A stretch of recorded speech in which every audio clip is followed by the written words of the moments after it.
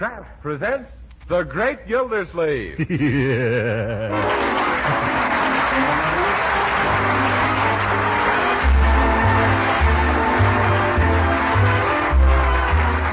Kraft Cheese Company, who also bring you Bing Crosby every Thursday night, present each week at this time Harold Peary as The Great Gildersleeve, written by Leonard L. Levinson.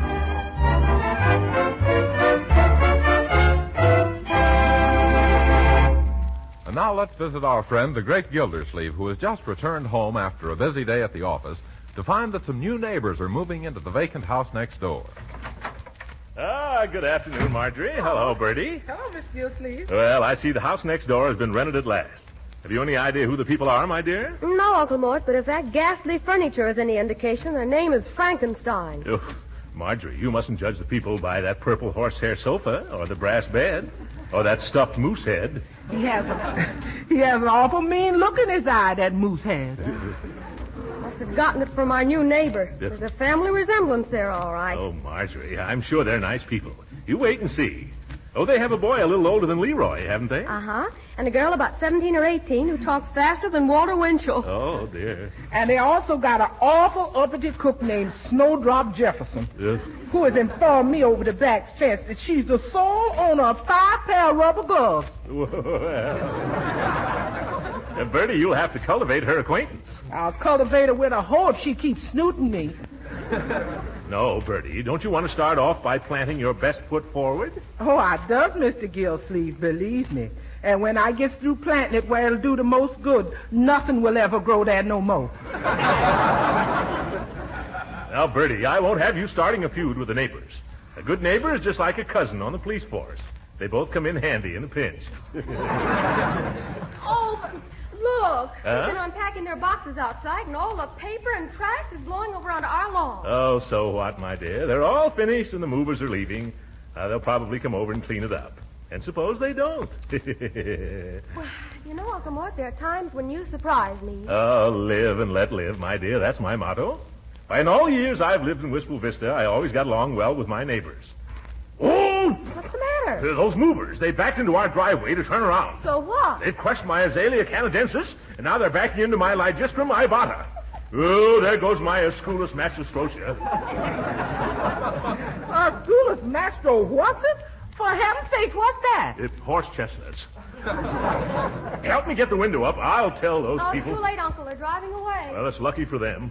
Oh, look, that heavy truck has broken the concrete in our driveway. Of all the people... Here comes the girl from next door. Oh, probably coming over to apologize for the mess they made.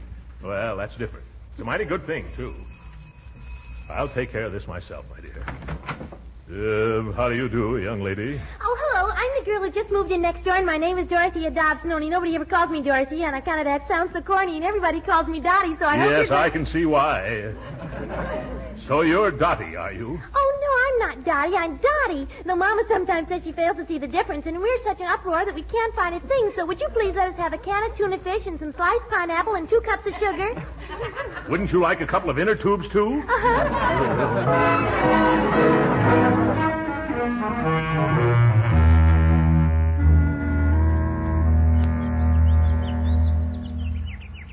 morning, Unc. Come on inside. Bertie says your hotcakes are getting cold and your orange juice is getting warm. Well, hello, Leroy. I'm looking for the morning paper. All over the world, hundreds of reporters risk their lives to get the news, and thousands of workers stay up all night long to print it. Then our delivery boy insists on hiding the paper in the bushes. Oh, you won't find it there, Unc. The dog that moved in next door took it. Leroy, you mustn't speak of our neighbor that way. I'm not talking about him. I mean their hound. Oh? He ran over here, grabbed it in his mouth, and scrambled back home again. Gee, he did it just like he was trained. Yes, he seems to have a nose for our news. Well, I'll just drop in on the Dobsons and explain the situation. Oh, I hope that dog hasn't chewed up Superman.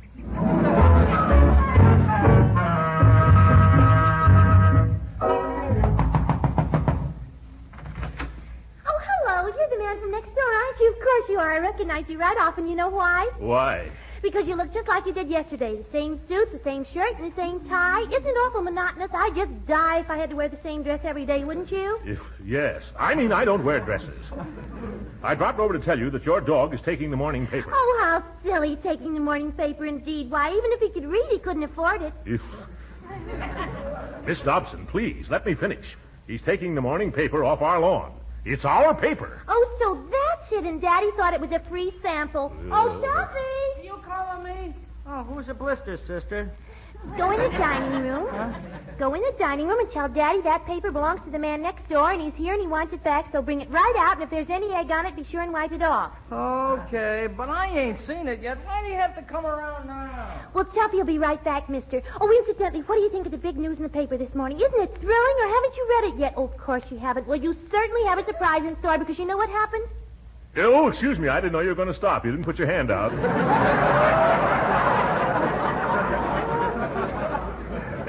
No, what happened? Well, it was the most exciting thing. It seems... Oh, but here comes Tuffy. You can read it yourself. I wouldn't spoil it for anything. Here's your paper. So it is. Thank you, Tuffy. You're welcome, Stuffy. You what?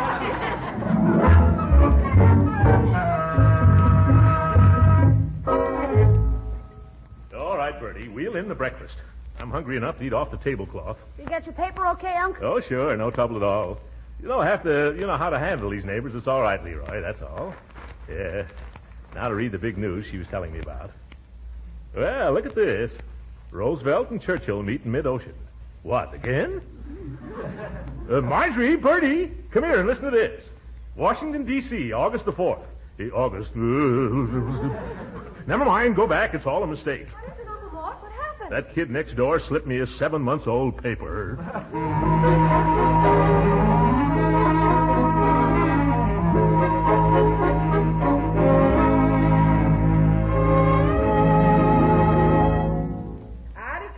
Snowdrop throws one more tin can over this fence, she's gonna be out. Here, Bertie. What are you muttering about? It's that cook next door. She's flirting with a face full of skillet. Yeah. And I'm gonna knock her block off, and off her it'll look good.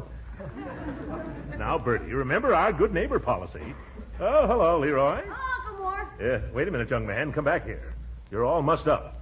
Tuck in your shirt tail. I can't. Why not? It's been torn off. Leroy, have you been fighting? Well, not exactly. That kid next door took a couple of pokes at me, and then I took a few swings at him. What happened? I missed. But he didn't. What were you two fighting about, Leroy? Well, it was something he called you, Uncle Mort. Oh, you shouldn't have fought over that. I haven't the faintest concern what that twerp says about me. What did he say? He said you were a big, fat, stuffed shirt. Oh, he did he? And what did you say? I said you didn't have to stuff your shirts. Well, I still don't think that's enough reason to start fighting, Leroy. Oh, I forgot to tell you. He was trying to rub my nose in the dirt at the same time. Oh. And look at how you skinned your knuckles. I'm gonna get the iodine. Oh, no, I'll be all right. Leroy, you failed to clench your fist properly, my boy. Remind me sometime, and I'll show you the correct procedure. Gee, Unc, did you used to be a fighter? Well, not professionally. But at college, I was considered quite a slugger. In fact, they call me Big Slug for short. However, I don't think you should carry on a feud with the boy next door. I'm sure this can be cleared up if we go over there and all shake hands like little men. Not me. I'm not going to shake hands with that rat. Leroy, you mustn't call him a rat. If you only tried to understand... What was that? Who threw that baseball? It was Tuffy. Look, this is his ball. Tuffy? Why, that little rat. I'm going to call his mother right now and tell her about this. I'd like to lay my hands on that little hoodlum, and you know where and how. Hello. Is this Mrs. Dobson? Madam, your son Tuffy just threw his baseball through my window. Yes, I'm sure it's his baseball. What's that? What? Hello? She hung up. What did she say, Unc? She said if I was sure it was her little boy's ball, I'd better return it at once or she'd call the police. Come on, Leroy. Where are you going, Unc? Outside to return this ball.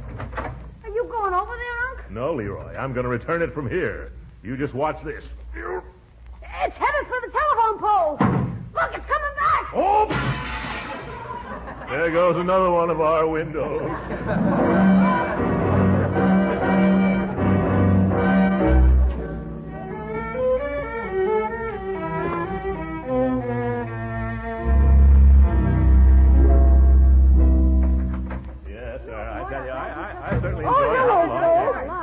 Why do you doubt the man from next door was here? Mr. Dobson? What did he want? He says he wants to take you apart and see what makes you think you is as tough as you think you is.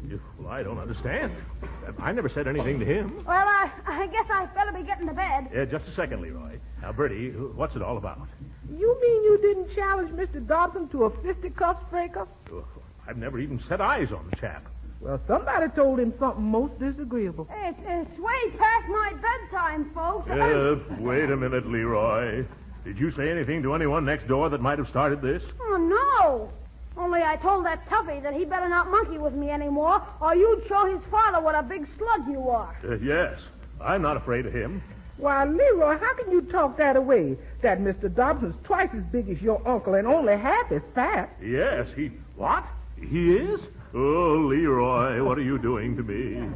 Why, that man's as tough as a 30-cent steak. Oh, he's not so tough. Leroy, you better go to bed. Let's all go to bed. Okay, good night. Oh, Uncle Mort, what are you going to do? Now, don't worry, Marjorie. I'm sure we can settle the matter peaceably. However, just to be on the safe side, tomorrow I better find some good gymnasium where I can brush up on my boxing before Brother Dobson mops up on me. Hey, Unc, be sure and let me know when you're tangled with Mr. Dobson. I wouldn't miss that for anything. Well, I would.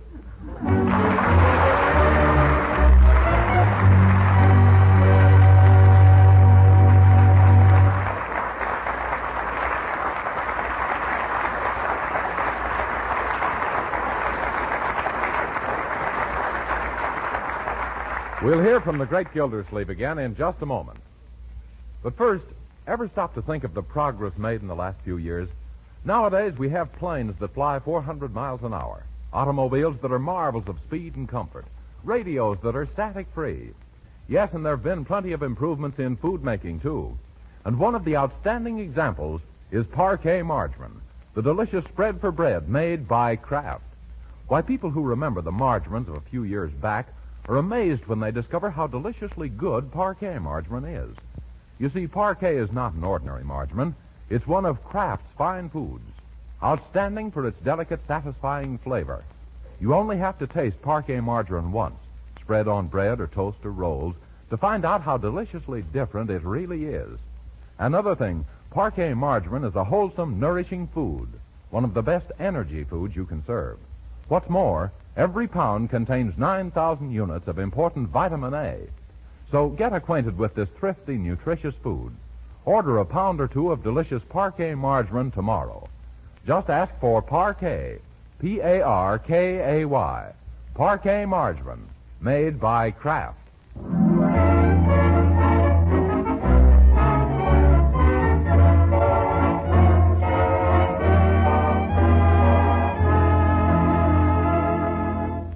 After a restless night, the great Gildersleeve has taken his problem to Philadelphia Phil's Physical Culture Institute. We find him dressed in gym togs, ready for his first lesson from Phil himself. Well, mister, so they did find a pair of shorts big enough for you after all. Yes, these shorts are a little tight. I only got them on by a great stretch of the imagination. Okay, come over here, Mr. Just call me Throckmorton. I want to keep it a secret. Of course. If my name was Throckmorton, I'd want to keep it a secret, too. Yes. No, I want to keep my visits here a secret. I'm having a little trouble with one of my neighbors, and I may have to slap him a few times to bring him to his senses. Yeah, I know how it is. Now, what experience have you had as a fighter? Oh, very little, except what I picked up at college and at the YMCA. You look as if the only thing you picked up at them places is yourself. Yes. Exactly. That's why I came here.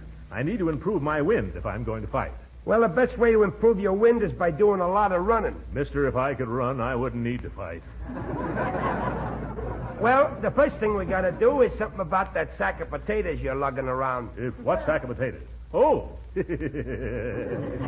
You mean this one? Yeah. Well, now suppose we stop chewing the fat and start taking it off. Yeah. We'll begin with some bending exercises. Bending exercises, but aren't you going to teach me how to punch? No, we'll get to the punch after we take care of the punch. All right, now, feet together, arms overhead, and bend and touch the floor. No, Throckmorton, lower. Come on, do it again. This time I'll make it easier. Feet together. Now bend and touch your ankle. No. No, Throckmorton, you still haven't got the idea. I've got the idea. The only thing is I've got much equipment. Well, feet together, arms overhead. Now, bend. That's it. Way down. I'll bet you haven't seen your knees in 10 years. I get... Well, by George. What is it? I've got dimples. Excuse me, champ. Champ? Who, me?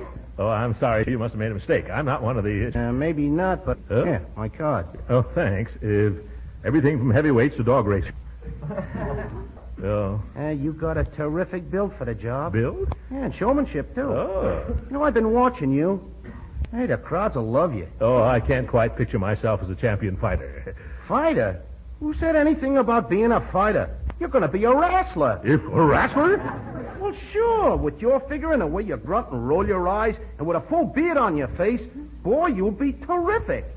Hey, can you groan? Can I? Oh, my goodness.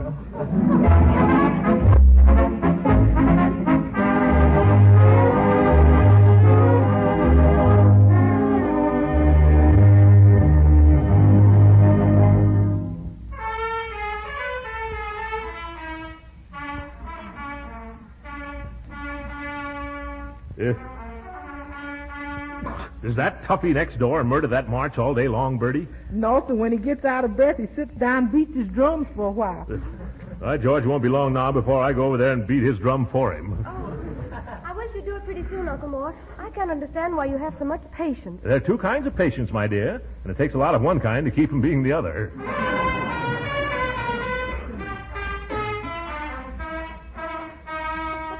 Someday he's going to hit the right note, and then they'll take that horn away from him. I don't see how his family can stand it. Yeah, they can't. They've just chased him out in the yard. Look, I wish he was my kid for an hour. A few quick tricks with my hand, and he wouldn't trumpet anymore. Oh, now he's right under our window. Yeah?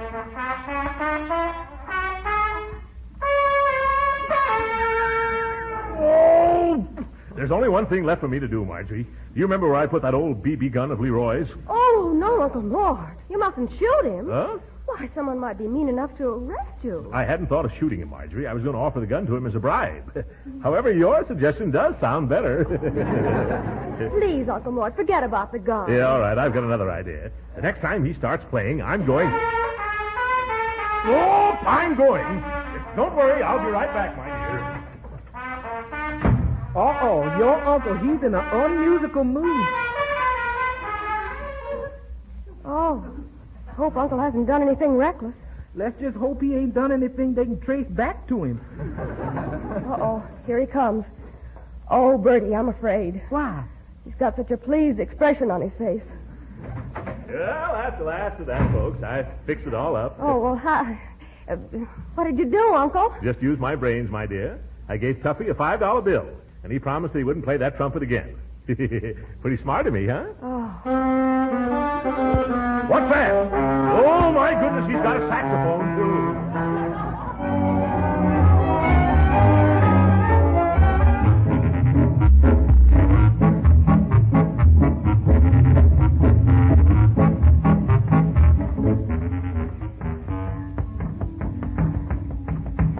Okay, Throcky, you can stop now. Oh, thanks. How am I doing, Phil? Well, you've become pretty good with the punching bag. Now, seeing as how this is your 10th and last lesson, I'm going to put you in the ring against a professional fighter. Oh, well, bring him on. The bigger they fall, the harder I am. Well, you know what I mean, anyway. Well, I want to warn you. This guy's supposed to be good. That's all right. I feel pretty good myself. Which one is he? The big guy there, shadow boxing in the ring. Yeah. Oh, yes. He throws a pretty big shadow, doesn't he? Now, come on over to the ring and... No, Throcky, no. You're going toward the dressing room. Yes, I thought I'd save you the trouble of carrying me in there later. Now, don't talk that way. You can take this guy. Yes, I can take him, and I can leave him alone, too. You kidding? I'm dead on the level. Oh, my goodness, dead on the level. Come on, get in the ring, Throcky. Hey, Barrelhouse. Yeah, what is it, Phil? I want you two boys to go 3 or 4 rounds together. Shake hands with Battle and Throcky. Hi. Hi, Barrelhouse. All right, boys. Now, I'll keep time, and you get in there and put up a real fight. And remember, No waltzing. Sure, no waltzing. Excuse me, is a little rumba permissible? No. All right. Get going, boys. Get in there, Sparky, and trade punches. I'm trying to trade, but he doesn't want to do business, Jab with your left, Sparky, jab. Okay, now, back. I can't. The ropes are in my way. Jab with your left again. That's it. Keep jabbing. That's it. Now bring up that right. Right? Like this?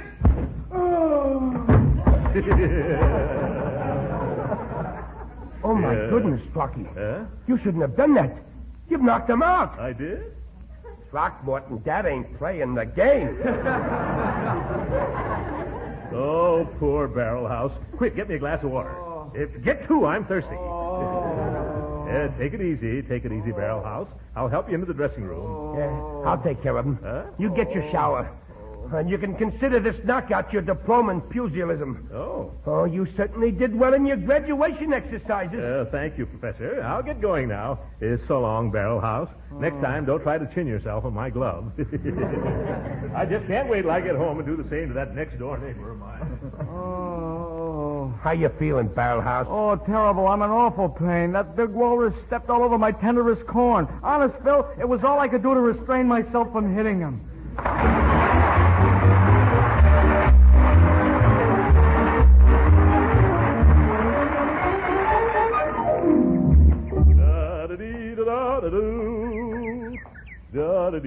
Oh, Uncle Mort!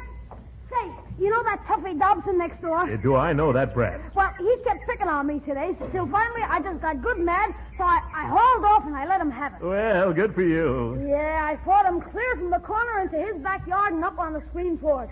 You should have seen him among the milk bottles.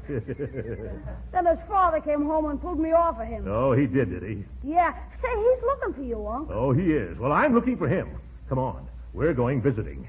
This is going to be peachy fun. You mean you're going into Tuffy's house here? Yes, sir. Right now, I feel as if I could lick twice my weight in Dobson's. Will I give that big tub a thumping? Oh, hello. Well, I suppose you came to apologize for what he really did to poor Tuffy. Well, it's a good thing you did because Papa's so mad he could just simply... Silence! You go tell your papa that Mr. Gildersleeve is here from next door and wants to see him. At once. Very well, though I warn you that's not the tone of voice to take with Papa on account of his... Go. Oh.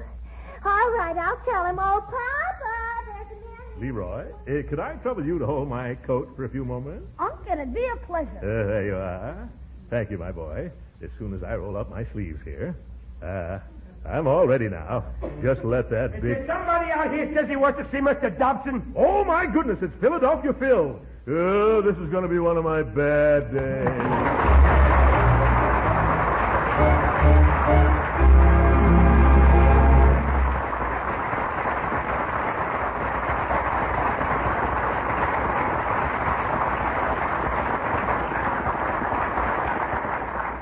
The great Gildersleeve will be with us again in a few minutes. Meantime, I've noticed that some women have a knack for being resourceful. They're always first with new recipes, always turning up clever ways to economize and please their families, too. These resourceful ladies are right in their element these days because now more than ever, it's smart to be wisely thrifty. And here's a discovery a lot of them are making, that parquet margarine is a wholesome spread for bread that tastes mighty good, yet costs very little. Yes, they found that serving parquet margarine makes a hit with the family because it's so downright delicious spread on bread or toast or rolls. They found that parquet margarine is a real flavor shortening for baking, that it adds delicate extra flavor to pan-fried foods. Yes, parquet margarine is one spread for bread that's so thrifty you can use all you want in cooking, too. Now, using parquet margarine is a wise economy because it's such a nutritious, wholesome food. Parquet helps provide pep and energy because it's one of the best energy foods you can serve. And it's a reliable year-round food source of important vitamin A. So why not buy a pound or two of delicious parquet margarine tomorrow? Remember, it's Parquet, P-A-R-K-A-Y, Parquet margarine, made by Kraft.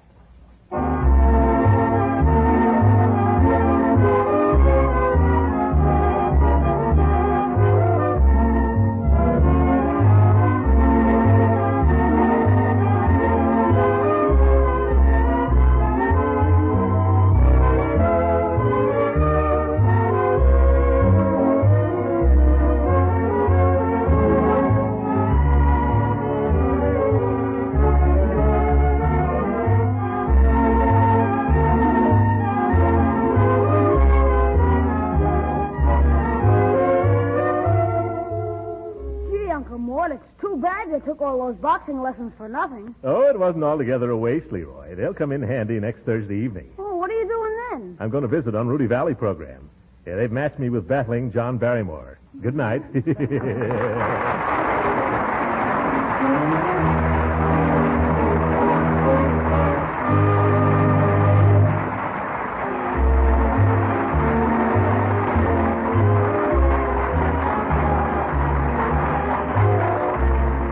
Original music heard on this program was composed and conducted by William Randolph. This is Jim Bannon speaking for the Kraft Cheese Company and inviting you to be with us again next week at this same time for the further adventures of the great Gildersleeve. This program has come to you from Hollywood. This is the National Broadcasting Company.